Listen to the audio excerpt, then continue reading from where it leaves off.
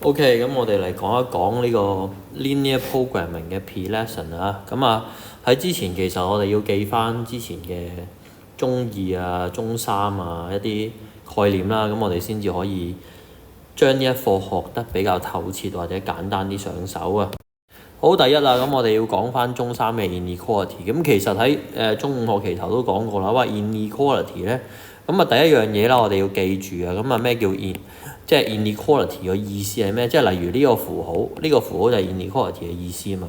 咁啊喺個箭嘴啊大啲嗰邊咧，嗰邊咧係要大嘅數，咁而箭嘴細啲嗰邊咧，呢邊咧就係細嘅數。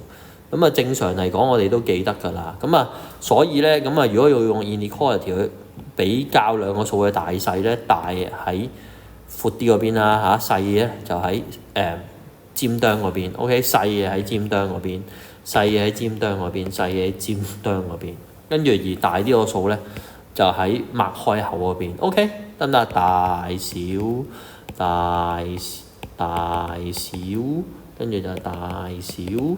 我係大小咁啊，呢個比較無聊啊。下咁啊，跟住之後咧，咁其實咧 inequality 我哋頭先做咗兩個數字嘅比較，咁其實除此之外咧，我哋亦都係可以攞嚟咧表達呢一個 unknown 嘅 range 嘅，得唔得？咁而一個 unknown 嘅 range 咧，例如我哋頭先講啊呢邊咧就係小啊嘛，咁啊第二邊嗰邊係大啊嘛，咁所以咧喺呢個 inequality 嚟講咧 x 咧就會大過或者等於4。我哋呢個咧 x 個範圍喺邊咧？範圍就係細過5啦嚇，係咪？因為 x 喺細嗰邊啊嘛 ，x 喺大嗰邊就大過或者等於-9，或者 x 係細過15，得唔得？表達翻，當你清晰翻嗰個inequality 嘅概念咧，咁所有嘢就會簡單好多。我哋繼續啦，咁啊喺 inequality sign 入邊咧，咁我哋一定要留意嘅就係一個 open circle 或者 close circle 啦。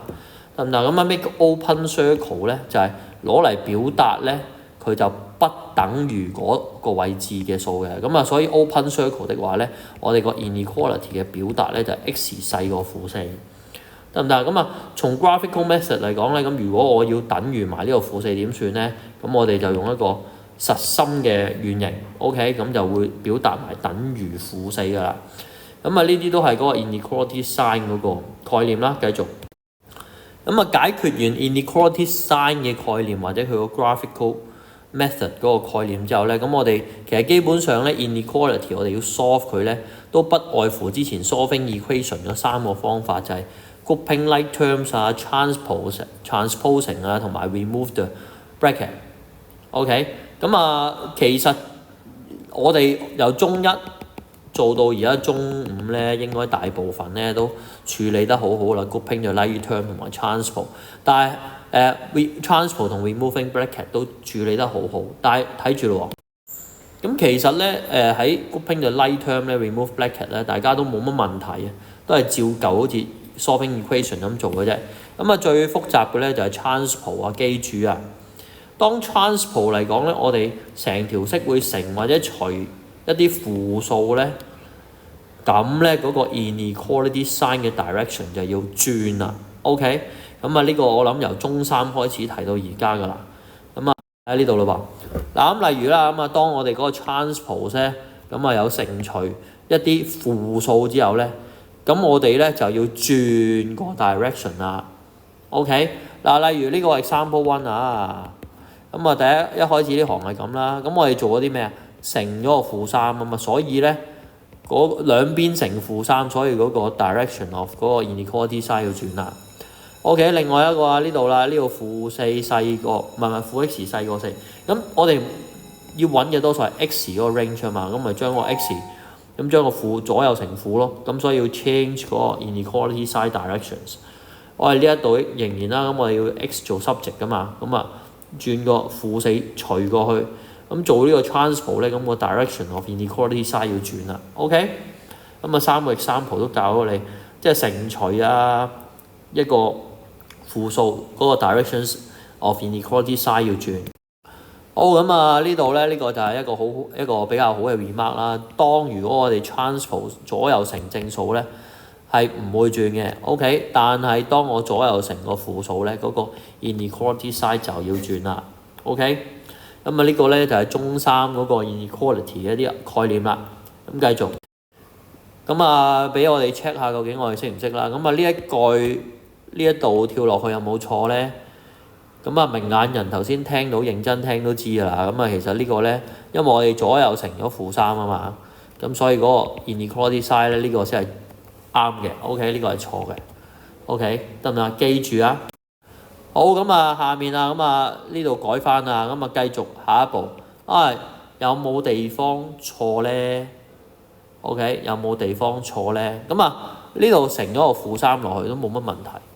OK 咁啊跟住之後咧，咁我哋就移項啦。咁啊喂嗱，本來咧呢行咧移過去咧，移過右手邊係加15係啱，但係好衰唔衰？有啲同學咧加15咧左右移咗個負數咧，以為加減咧都要轉啊，所以呢個係錯，呢個錯。